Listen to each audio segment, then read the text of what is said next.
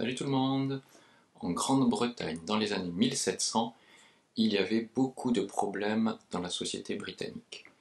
Il y avait par exemple l'esclavage et le trafic d'humains. Il y avait aussi beaucoup d'orphelins dans les rues, gérés par l'État, avec une forte mortalité parmi les enfants. Les gens religieux de l'époque étaient aussi arrogants. Face aux problèmes de cette société, il y a eu un réveil évangélique qui a transformé la société et ses valeurs morales.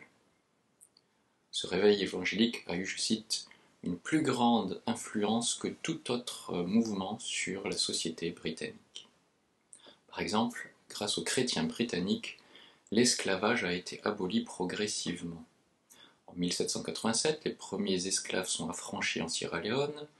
En 1807, la traite des esclaves est abolie dans les colonies britanniques. En 1820, les esclaves sont enregistrés, ce qui met fin à la contrebande d'êtres humains. Et enfin, en 1833, les esclaves sont libérés. Le processus a duré 50 ans. Grâce au réveil évangélique et à John Wesley, prédicateur de l'évangile et surtout défenseur de la justice sociale, les chrétiens ont influencé l'histoire britannique et transformé sa morale. Quel rôle a le chrétien aujourd'hui dans la justice sociale? Comment pratiquer la justice? C'est ce que nous allons voir aujourd'hui dans le cadre du culte du sel, le service entraide et liaison, organisme chrétien qui œuvre contre la pauvreté, et dont le slogan est « Une action chrétienne dans un monde en détresse ». Ce message sera différent de ceux que je fais habituellement, d'abord parce que je m'appuierai sur les ressources proposées par l'association SEL, ainsi que sur différents ouvrages dont les références sont données, et ensuite parce qu'il s'agit d'un message thématique sur la justice sociale, plutôt qu'un message basé sur un texte précis de la Bible. Nous allons voir dans une première partie c'est quoi pratiquer la justice sociale, de quoi parle-t-on. Puis dans une deuxième partie nous verrons les motivations qui nous poussent à agir pour la justice sociale. Dans une troisième partie nous verrons les actions individuelles de chacun pour cette justice sociale. Et enfin, quatrième partie, les actions en Église pour pratiquer la justice sociale. Premièrement, pratiquer la justice sociale. La justice, qu'est-ce que la justice? C'est un domaine très vaste, un mot qui veut dire plusieurs choses. Il y a la justice législative, la loi, la justice dans le gouvernement d'un groupe social, la politique, la justice judiciaire, les juges, la justice rétributive, c'est Dieu qui rend la justice, et la justice sociale, et c'est ce dernier point que l'on va voir aujourd'hui. La justice peut ainsi concerner Dieu ou les gens. Aujourd'hui, on va voir la pratique de la justice sociale, donc pour nous, concrètement. Alors, qu'est-ce que la justice sociale? Comment la pratiquer? Eh bien, c'est agir pour que chacun puisse vivre normalement et décemment. Le minimum, que les besoins de chacun soient remplis, les besoins de base. La nourriture, le vêtement, le logement, etc. Mais il faut aussi viser plus que cela. Ainsi, pratiquer la justice sociale, c'est agir pour que les besoins de base de chacun dans la société soient remplis. La Bible parle de la justice sociale. Et dans la Bible, il y a deux facettes. Premièrement, la justice, c'est quelque chose de relationnel, de concret. D'après l'Ancien Testament, le psaume 15, verset 2, l'homme a la conduite intègre, il pratique la justice. La justice est vraiment quelque chose de pratique, c'est quelque chose qu'on fait. Deuxièmement, la justice, c'est aussi une qualité morale personnelle, une disposition intérieure de cœur. Quand l'Éternel, le juste, trouve sa joie et son refuge, et tous les hommes au cœur droit s'en féliciteront. Ainsi, la justice, c'est à la fois pratiquer la justice concrètement par des actions, et c'est aussi être juste au niveau de nos dispositions morales. Lisons le psaume 15, psaume de David. Éternel, qui peut rester dans ton sanctuaire, et qui peut demeurer sur ta montagne sacrée? L'homme a la conduite intègre, il pratique la justice, et il dit la vérité qu'il pense au fond de son cœur. Il n'insulte pas son frère, et il ne raconte rien qui déprécie son prochain ou lui cause un préjudice. Il méprise l'homme vil, mais il honore celui qui respecte l'Éternel. Il tient toujours ses serments, même s'il doit en pâtir. Lorsqu'il prête de l'argent, c'est toujours sans intérêt. Il refuse qu'on l'achète pour condamner l'innocent. Qui se conduit de la sorte, rien ne pourra l'ébranler. Ce psaume 15 donne un exemple concret de pratique de la justice. Pratiquer la justice, c'est se comporter de manière juste dans la société, dire la vérité aux autres, ne pas insulter son frère, ne pas dire du mal des autres, honorer les chrétiens, tenir sa parole et ses engagements. C'est respecter la justice dans les procès, ne pas acheter le juge ni truquer la justice. Voilà pour les définitions de pratiquer la justice sociale. Voyons maintenant pourquoi le faire, pourquoi pratiquer la justice sociale. C'est la deuxième partie. Si on reprend le psaume 15 à la question « Qui peut rester dans ton sanctuaire ?» la réponse est « Celui qui pratique la justice ». Celui qui pratique la justice peut ainsi demeurer sur la montagne sacrée. Alors, qu'est-ce que ça veut dire, la montagne sacrée? Ou le sanctuaire, on parle aussi du sanctuaire. Eh bien, ces endroits, c'est là où en fait Dieu est présent. La montagne sacrée, ça fait référence à l'Ancien Testament, quand Moïse est monté sur la montagne pour rencontrer Dieu et recevoir les tables de la loi. Ainsi, ces deux références montrent que c'est la présence de Dieu. Celui qui pratique la justice peut rester dans la présence de Dieu. Qu'est-ce qui se passe si je ne pratique pas la justice? Est-ce que je vais être privé de la présence de Dieu? Est-ce que je vais être séparé de Dieu? Non. Est-ce que je pratique la justice sociale pour être sauvé? Non plus. On lit dans Éphésiens 2, 8 et 9, « C'est par la grâce que vous êtes sauvés, par le moyen de la foi. Et cela ne vient pas de vous, c'est le don de Dieu. Ce n'est pas par les œuvres, afin que personne ne puisse se vanter. » Si nous pratiquons la justice, c'est parce que nous sommes sauvés. Nous sommes sauvés par la grâce, par le moyen de la foi. Si nous croyons en Jésus qui est mort pour nos péchés, à notre place, si nous lui demandons pardon pour nos péchés, alors nous sommes sauvés. Grâce à Jésus-Christ qui a pris la punition que nous méritions, Jésus a pris notre punition à notre place. Nous ne sommes pas sauvés par nos œuvres. Par contre, ceux qui sont sauvés sont appelés à grandir avec Dieu et à agir selon ce qu'il recommande. Pratiquer la justice sociale en fait partie. Non pas pour être sauvés, mais parce que Dieu nous a sauvés, nous qui croyons au nom de Jésus, par amour pour Dieu et par amour pour les autres, nous sommes appelés à pratiquer la justice sociale. Pourquoi pratiquer la justice? Parce que Dieu le demande dans sa parole.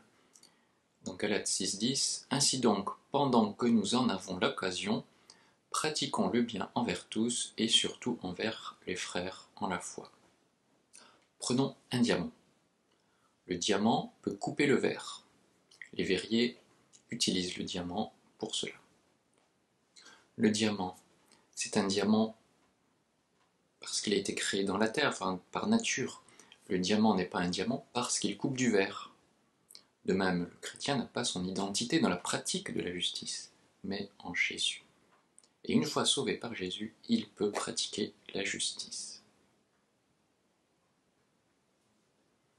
Ainsi, les chrétiens sont aussi appelés à vivre pratiquement la foi dans leur vie, et que leur vie porte du fruit. Dans Jacques 2,14, « Mes frères et sœurs, que sert-il à quelqu'un de dire qu'il a la foi s'il n'a pas les œuvres? Cette foi peut-elle le sauver ?» Et Jacques 2,18, « Mais quelqu'un dira, toi tu as la foi et moi j'ai les œuvres. Montre-moi ta foi sans les œuvres, et moi, c'est par mes œuvres que je te montrerai ma foi. Les chrétiens ne sont pas appelés à rester dans la vitrine sans agir. Une foi authentique a des fruits pratiques dans la vie. C'est aux fruits qu'on reconnaît aussi l'arbre. Les chrétiens se posent parfois la question, qu'est-ce qui est plus important? Partager l'évangile ou pratiquer la justice sociale? Pour revenir en Grande-Bretagne au XIXe siècle, suite au réveil évangélique, l'accent des églises a été mis beaucoup sur la pratique de la justice sociale. Puis, après les 2 guerres mondiales, l'accent a plutôt été mis sur l'annonce de l'évangile. Et aujourd'hui, dans l'Église se pose la question, que faut-il faire? Annoncer l'évangile ou pratiquer la justice sociale? La déclaration de Lausanne en 1974, qui réunissait plein d'églises du monde, rétablit l'équilibre. À propos de l'engagement sociopolitique, la déclaration de Lausanne rappelle que le chrétien a une responsabilité sociale. Je cite, « L'évangélisation et l'engagement sociopolitique font tous deux partie de notre devoir chrétien. Il faut les deux. » De même, dans la consultation sur le rapport entre l'évangélisation et la responsabilité sociale de 1982, il est rappelé « L'engagement social du chrétien constitue une conséquence et une préparation de l'évangélisation. L'engagement social et l'annonce de l'évangile vont ensemble. L'un est la conséquence de l'autre et vice-versa. Pourquoi pratiquer la justice? Parce que nous sommes sauvés par grâce, par amour pour Dieu et pour notre prochain, et parce que Dieu nous le demande.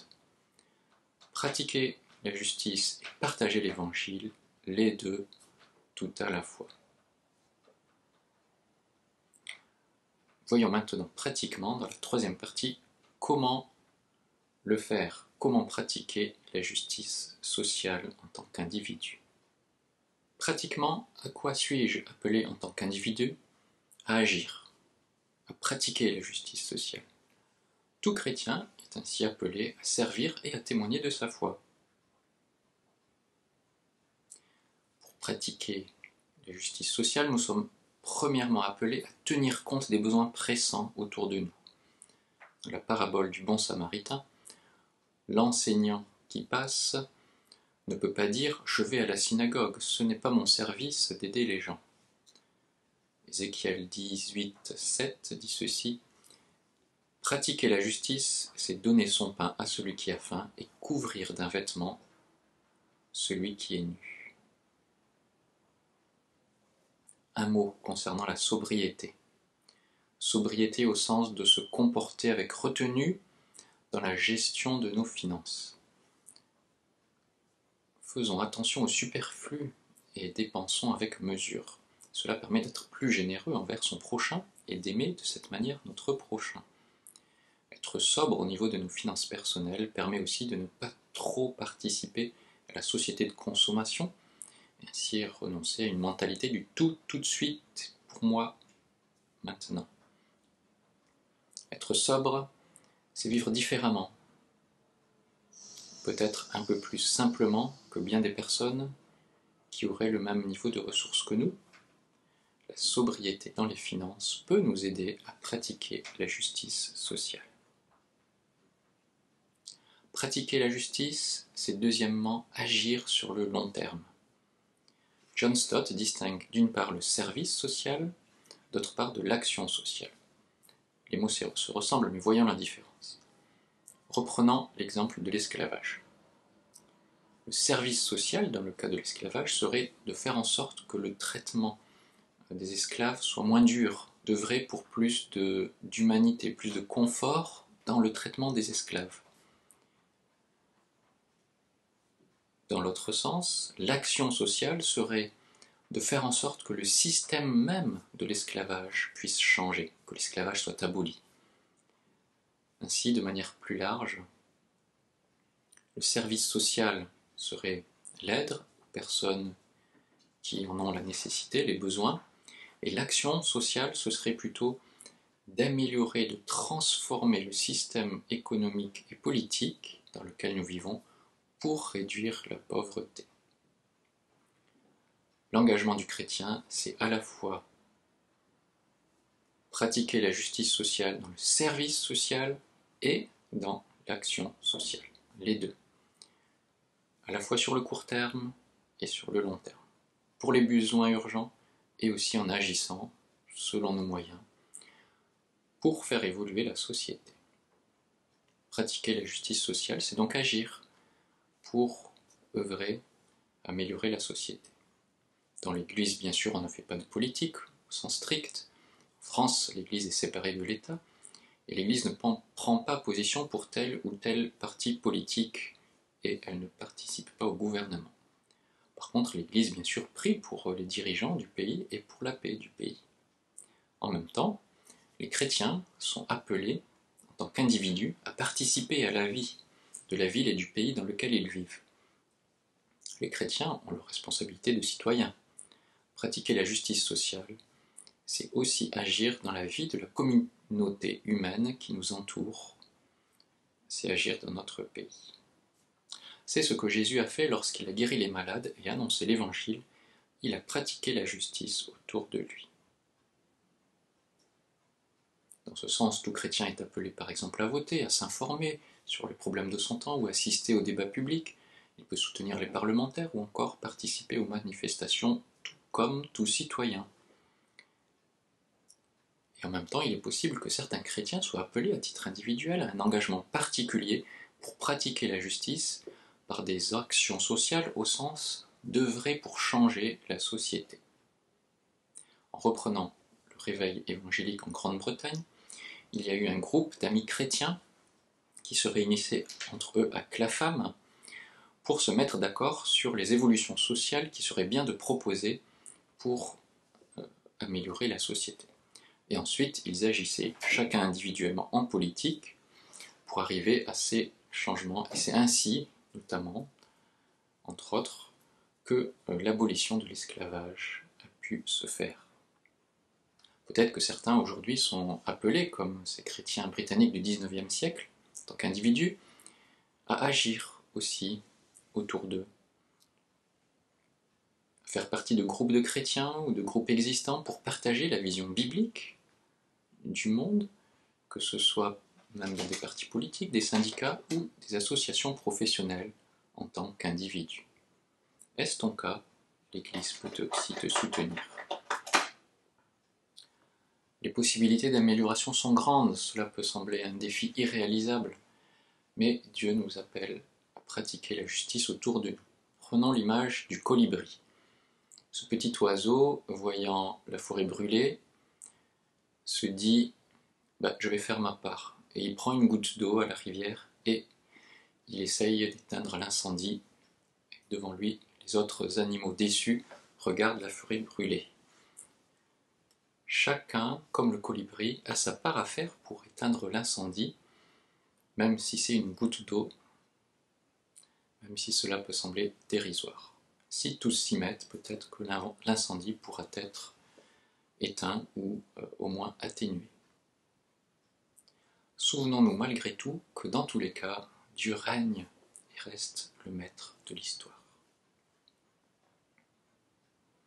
Vivre en chrétien dans le monde, c'est à la fois témoigner de l'Évangile et pratiquer la justice sociale. Soit dans le service social, immédiatement autour de nous, pour les besoins immédiats, soit dans l'action sociale pour transformer la société. Quelle est ta place dans la pratique de la justice sociale? Quatrième partie, pratiquer la justice sociale en Église. Quelle est la responsabilité de l'Église? Premièrement, c'est l'enseignement.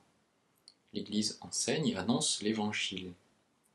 De manière pratique, l'Église peut encourager ses membres à se réunir selon leur centre d'intérêt commun, en groupe d'études ou groupe d'action pour œuvrer autour d'eux dans la société. Autant les prophètes de l'Ancien Testament dénonçaient les justices sociales et encourageaient les gens à revenir vers Dieu, autant l'Église d'aujourd'hui a aussi le rôle d'appeler chacun au changement d'attitude face à Dieu et cela amène aussi comme conséquence à plus de justice sociale. Le rôle de l'Église est d'enseigner et d'encourager les chrétiens à vivre selon la volonté de Dieu dans tous les aspects de notre vie, à s'encourager les uns les autres.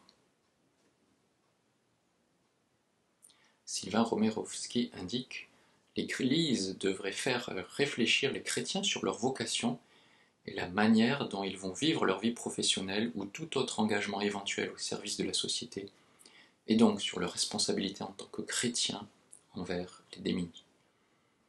Mais le rôle de l'Église n'est pas d'assumer cette responsabilité à leur place. L'Église ne remplace pas les actions sociales individuelles. Chacun a sa part dans la pratique de la justice. On ne peut pas dire « l'Église va pratiquer la justice pour moi ». Conclusion. Pratiquons la justice sociale parce que Dieu nous a sauvés et libérés pour être disponibles pour cela. Tim Keller dit ceci, la pratique de la justice est inséparable de la prédication de la grâce. Pratiquer la justice sociale, c'est complémentaire du témoignage de l'Évangile. Ainsi, je nous encourage à pratiquer cette justice sociale, soit individuellement, soit en Église, ou les deux. L'engagement sans réflexion, c'est du fanatisme en action, alors que la réflexion sans engagement concret, c'est la paralysie de toute action, dit John Mackay, le président de la faculté de théologie de Princeton. Enfin, rappelons-nous que Dieu est un Dieu de justice qui établira son règne éternel et que dans son royaume, la justice sera établie, il n'y aura plus d'injustice. Nous pouvons ainsi être généreux avec nos biens, car Christ a été généreux envers nous, en nous donnant sa vie pour nous. Et parce que les richesses célestes qui nous attendent auprès de lui sont incomparablement plus glorieuses que les richesses terrestres. Que Dieu nous donne la sagesse pour pratiquer la justice sociale, chacun individuellement, selon ce que Dieu nous a mis à cœur, et aussi en Église. Bye bye.